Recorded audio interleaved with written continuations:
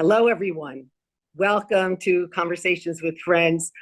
I often say, where we really spotlight people who are making an impact in South Florida, people who are making a difference in South Florida.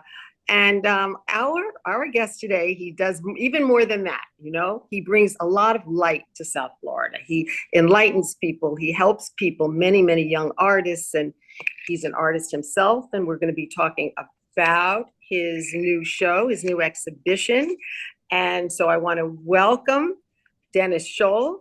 Dennis is, as I said, well, let me just say a couple of things because it's important for you to know. He's a very well-known, not just an artist. Meredith, say very little. We need to talk. Okay, no, just give me a minute to say, people have to know about you, the ones that don't know about you, okay?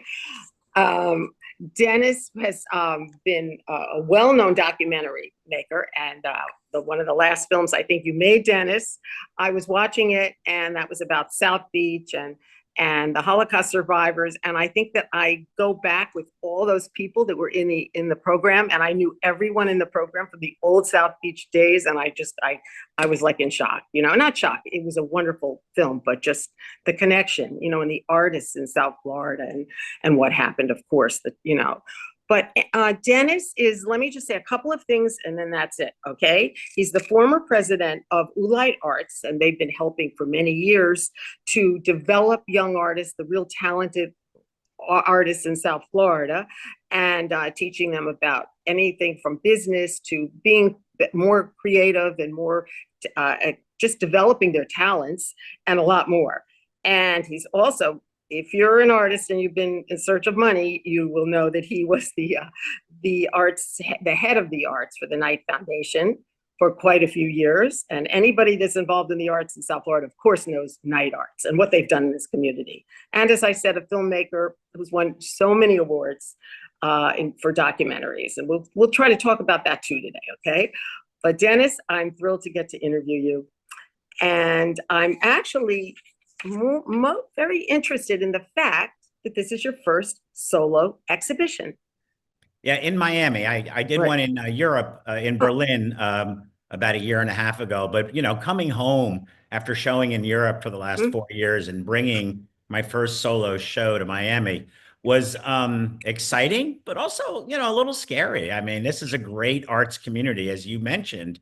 And I knew that I had to make a show that was good enough to stand up to that kind of arts community. So it was exciting. And it's a very interesting show. And I just want you to mention where the show is, where the exhibition is. And I did go to see it and it was fascinating, but I want you to tell me more about it. Sure.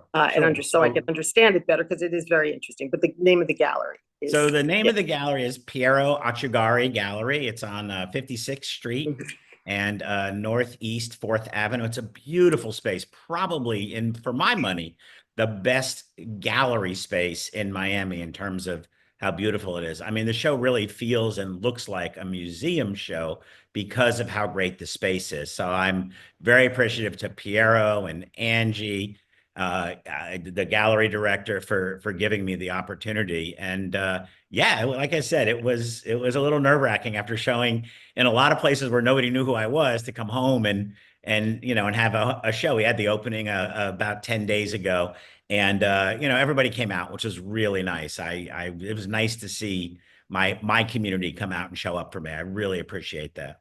Well, that's because they support you and know of your work and know what you've been doing for so many years and your dedication to the arts in South Florida. So, people really do have great respect for you. That's all there is to it. But I want to understand the exhibition because I did get the tour from Angie and I have been studying it.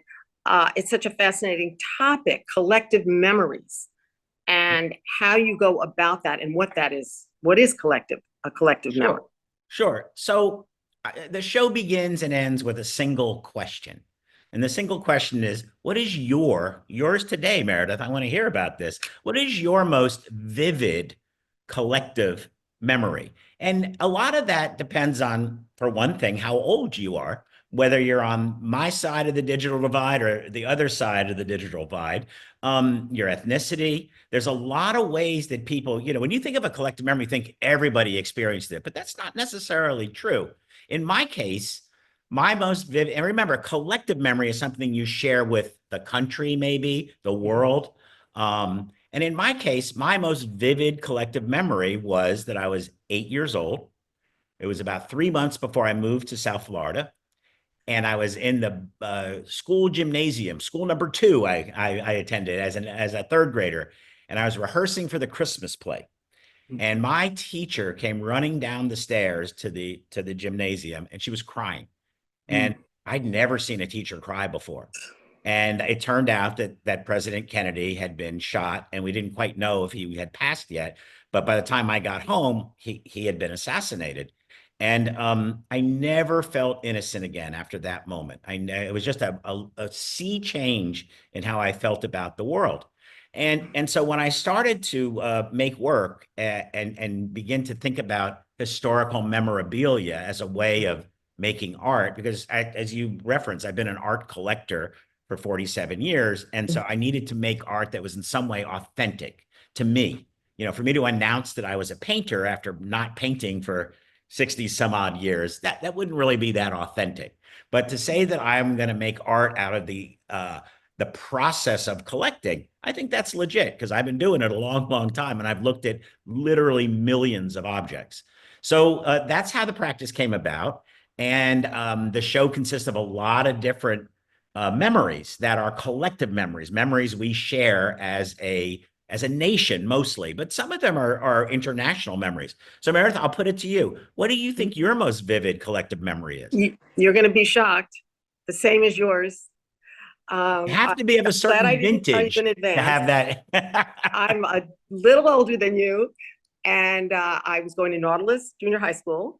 So you know Nautilus because you live on my Sure, street. sure. I just drove by it about an hour ago. Yeah, and we came out of a big auditorium where we were taking a science class. I like to say biology, but I can't say for sure it was biology. And I remember opening the door, walking out, and just hearing somebody yelling, "The president has been shot."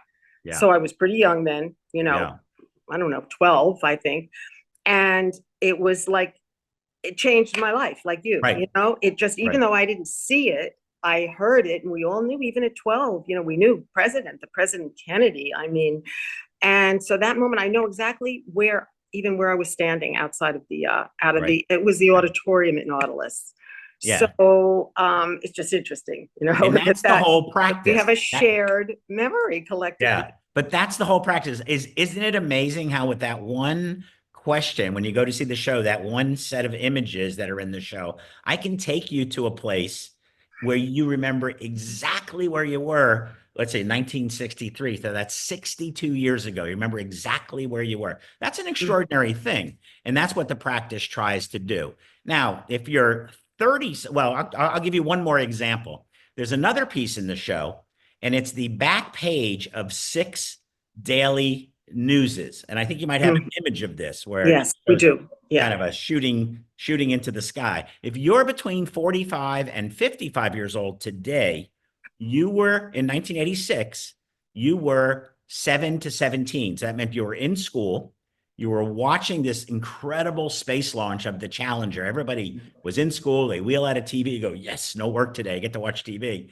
You clapped when it took off, and then right before your eyes. This is one where, unlike Kennedy, where we didn't actually see it until much, much, much later with the Zapruder film and everything. But the Challenger, we lost everybody live on television while most students in America were watching it. So there's not a 45 to 55-year-old that walks in the show and doesn't go, let me tell you where I was. So that's the whole practice right now. That is what this show is about. So, Dennis, how did you come upon all of these? I mean, I can understand the Kennedy is, that would kind of jump out at you, right? And especially since you experienced it, and the Challenger, I think too. But there's some things in the exhibition that are fascinating, but I don't really know that everybody would know about that. So I was wondering, were you looking for, would have experienced it, or maybe we just Yeah, don't know that yeah. they experienced it? Not every piece in the show is a very specific collective memory, but it is a memory of something that we somehow experience. So, for example, in the show, there is a set of original Charles Dickens chapters 1 through 20 they're the original ones he sold in Mm, 1863 or 1858.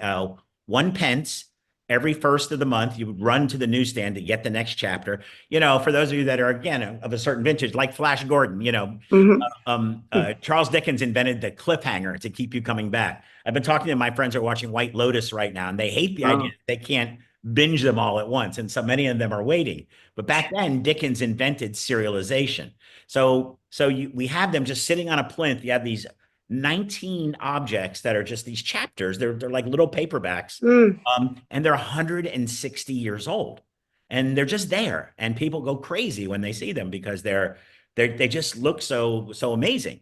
And so obviously none of us were around when Charles Dickens did this, but we all read Charles Dickens. sure, We all read A Christmas sure. Carol and all these other things. And so it's a way of evoking a memory of Dickens.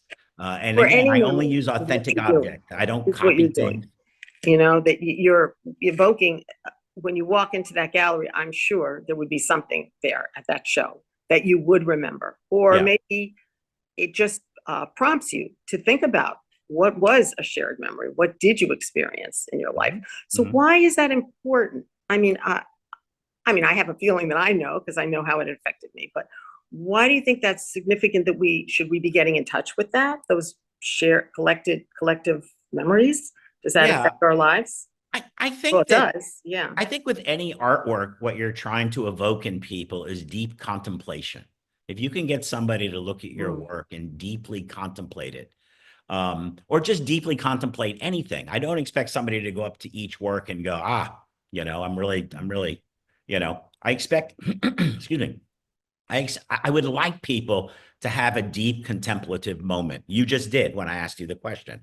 And so, every work in the show won't be for everybody. For example, there are similar to the Challenger piece, a piece I call Tragedy. I have a piece called Glove, and it's simply 6 of the front pages of the Daily News on the day after Michael Jackson died, and all it has is his classic glove. It's glove.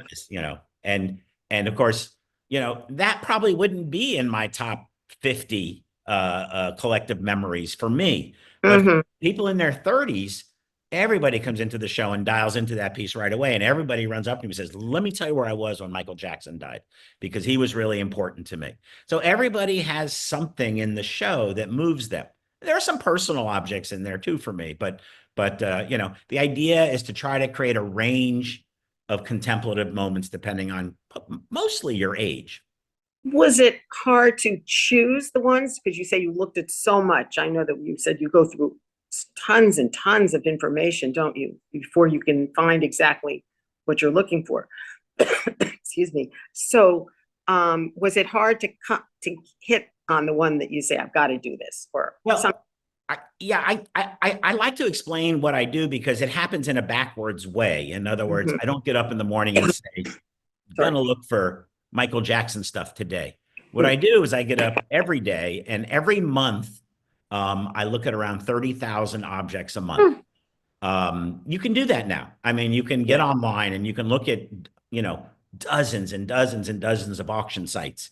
And you have some that are favorites and some that really work well, and others you're just looking for a needle in the haystack sometimes.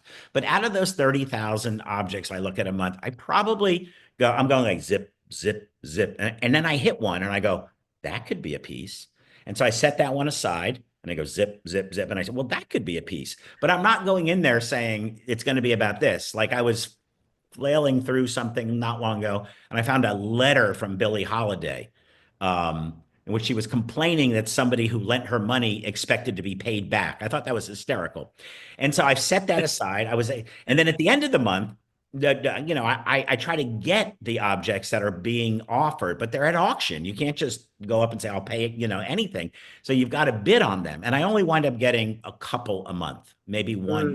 one, sometimes two, because historical memorabilia is very popular. And so those are the objects that I start with to create a work. But you just know. It seems to me that you know, right? You hit up Well, something and you have a feeling, you're maybe. making work from the subconscious. I mean, it's back here somewhere. I don't know exactly where. And I think to myself, could this be a work? like I didn't listen to much music in the 90s except for jazz. So Mhm. you're not going to see me taking a lot of 90s music memorabilia and doing something, because if it's not authentic to me, then it means it's not going to be big enough for the idea that I'm trying to convey. So yeah, it's it does skew a little more mature, I'll say, than some of the other things. I want to for us to take a look now and to Great. see some of the photos, some of the images from the gallery, from the show. And again, to me, this is really all about, and I like that you use the word contemplation because you're on a contemplation site right now. The prom clients Yes. are meditators. Yes. Yes. And so contemplation is a big part of what we do. I know I don't do enough of it, but I do it. So everybody knows the Michael Jackson glove. One of the things about the practice is that everything rests on the architecture, if you will, of the 12-sided figure, the dodecagon. So if you look closely at this piece, you can see right in the middle, there are 12 lines drawn radiating out to the end till it hits the frame. And those 12 lines for me are the underpinning of how I organize the work. When I do that, what am I thinking about? When you think about the dodecagon, the 12-sided figure, uh, Hmm. I'm thinking about the hours on a clock, thinking about the months in a year, thinking about the zodiac, the 12 signs of the zodiac, all about time passing, because the whole practice is about memory and time passing. So that's been a very helpful thing to me, because I made work for the first 5 years and I threw it all away. I just wasn't able to find a way in to make art that I thought I was comfortable enough that it would be good enough to show. But I finally found this thread in, and that's been really helpful to me. Let's see another image. Okay. So this is one of three pieces in the show. And what I've done here is I've acquired, there are three pieces that we'll actually see in a second, but one is the assassination, and I've acquired newspapers from all over the country. One is Oswald being shot by Jack Ruby, which happened just a couple days later. That's what this piece is. And the third piece is a mourning piece when they took Kennedy down the street, and you saw John salute his father and Oh, Carolyn there. That was the forget most that. poignant. Jackie's in a black veil. It's the most poignant moment of maybe in American history.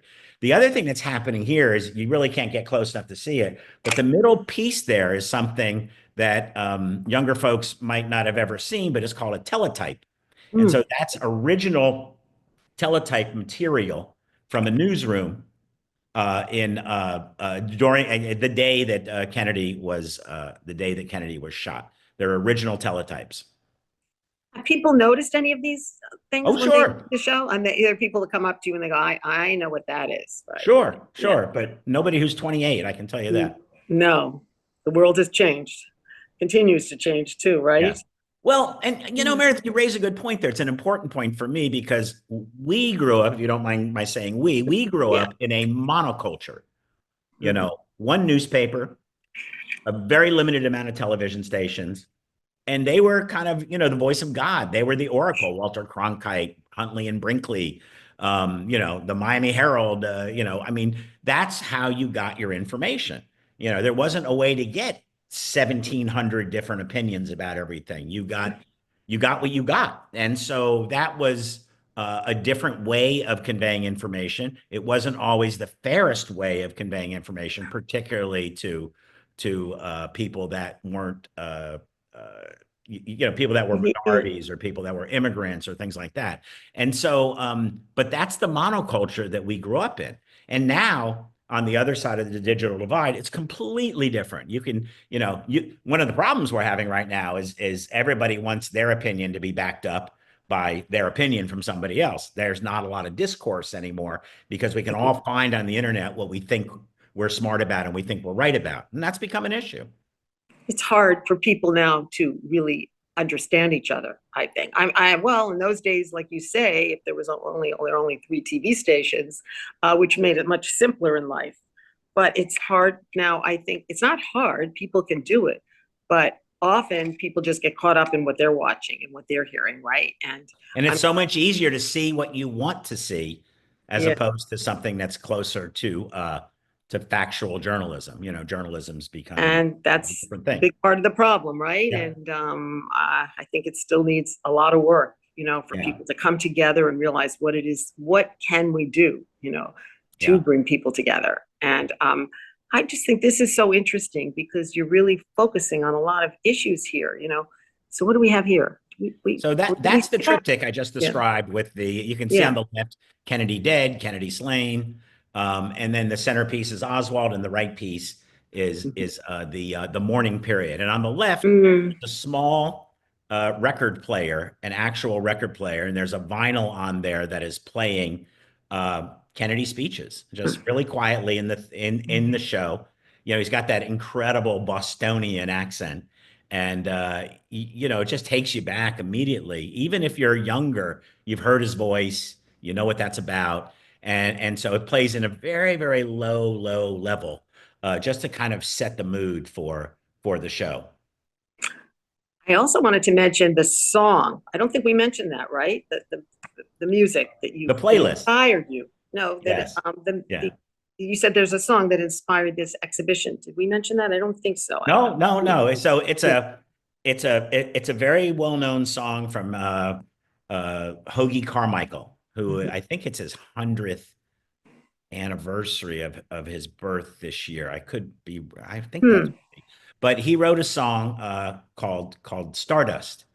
Yeah. And in it, there's a phrase that says, "The melody haunts my reverie." And it's a phrase of kind of longing. And I'm Mm. not, the show's not a nostalgia show, because who wants to be nostalgic for a dead president or a exploded astronauts? I mean, nobody should Yeah, be nostalgic for that. But it, sure. it Yeah. creates a sense of time and a sense of longing in a way, for some of the things that we had then, and some of the ways that we looked at things. So that's what it is. There's also a playlist to the show. If you can onto the gallery, and you can hit a playlist, and those are songs that I was listening to over the 2 past years while I was making the show. There's a lot of jazz, Miles, Mm. Nina Simone, Billie Mm. Holiday. Love that music. Yeah. Yeah, there's some Blind Faith from the early '70s. There's a lot of different things, and the Hoagie Carmichael song, of course, leads off the playlist. I felt like a playlist would be interesting because, being a filmmaker, the music makes such a difference when I make a film, and I wanted to have people who were interested enough to have that same experience when they came to the show. If they wanted to listen to music while they were looking at the show, I put together this playlist of 20 songs. There's one Steely Dan song, uh, Oh, and I love Steely Dan. a bunch of older. There's Maria Callas. I listened to Oh. a lot of Maria Callas the last couple of years. So yeah, it was a lot of fun. Seems to me, Dennis, that you have really taken your many experiences, and kind of put them together, or like absorb them in this exhibition. Experience Yeah. meaning your filmmaking, and you're being an arts leader, and just so many things that you've been involved with. Collecting, you've been collecting for so long, and it's kind of, here it is, all here in one Well, exhibition. Meredith, I'm kind of rounding the final turn. I mean, I've had a great life, and hopefully I've got some distance to go. But I really was thinking about, uh, uh, how to. I'm not somebody who looks back very much. You can't do No. the things I do without always pushing forward. But the practice has been a real gift to me, because it's forced me to slow down. It's forced me to be introspective. It's forced me to look back. I never look back. I'm not a looker backer. I mean, and it's been a really blessing to be able to do that, and to do it under the guise of making art. So that's been a really positive, emotional experience for me, and I love that. What we're seeing here is an install shot from the show. Do you know what those things are on the floor in the middle? I know that you mentioned them, and they have a name too, They're something. called cypress knees, Oh, like your knees. knee of Jeez. your part of Bless your the leg. Lord. And the cypress tree grows in the swamp, but its roots go down, and then they come back up out of the water, and they get harvested right at the water level, and then they regrow again. And so that came into the show because that's more of a personal memory for me, although many, many people have seen these. Every year before I moved to Florida at age 8, we would drive down, this is before I-95 existed. We would drive down and I always wanted to stop at the Cypress Knee Museum, which was on US 27, which is where all the tourist attractions were before I-95 came and wiped them all out. And so I had this long memory as a child of being at the Cypress Knee Museum. And here it is, right here in this exhibition, right? So Right. a lot of things from your life have come together for your first solo exhibition. And I'm wondering, is that how art works? Things come together. It's like you're saying, suddenly you had an experience, or this happened, or that happened. So, and is it something that doesn't happen all at once? You're progressing, you're Oh, developing. for sure. For sure. It doesn't happen all at once. I never go anywhere now without a notepad, because if I have an idea, I jot it down. Otherwise, I literally won't remember it. My next show is going to be an idea specific show. It's going to be about the exploration, the history of space exploration. And so I've been making a lot of work, getting a lot of NASA memorabilia, because again, my second most vivid collective memory, is Man on the Moon. That was, just a few years later, maybe 6 years later. And by then I was 13 years old, maybe, or 14. I guess I was probably 13 or 14. And I just remember that the same way I remember Kennedy. I remember exactly where I was, trying to stay awake to watch it. I fell asleep. I woke up. I fell asleep. I woke up, doing that kind of nod thing with your head. And then there he was, there he was on the moon. So that was a moment in time. That was, talk about a collective memory there, right there. Yeah. So what do you think the most named collective memory is? What do you think most people choose? You mean in the whole world, or in America? I've asked 300 people so People, far. you have the most collective memory? I am not sure. I'd have 9/11. to about that. What? 9/11. 9/11. Mhm. Yeah. That was, Yeah. everybody remembers where they were, what happened. Right. We even have one of our meditation teachers who was in the building, left the building, and then went back into the building to save people and bring them down. Wow.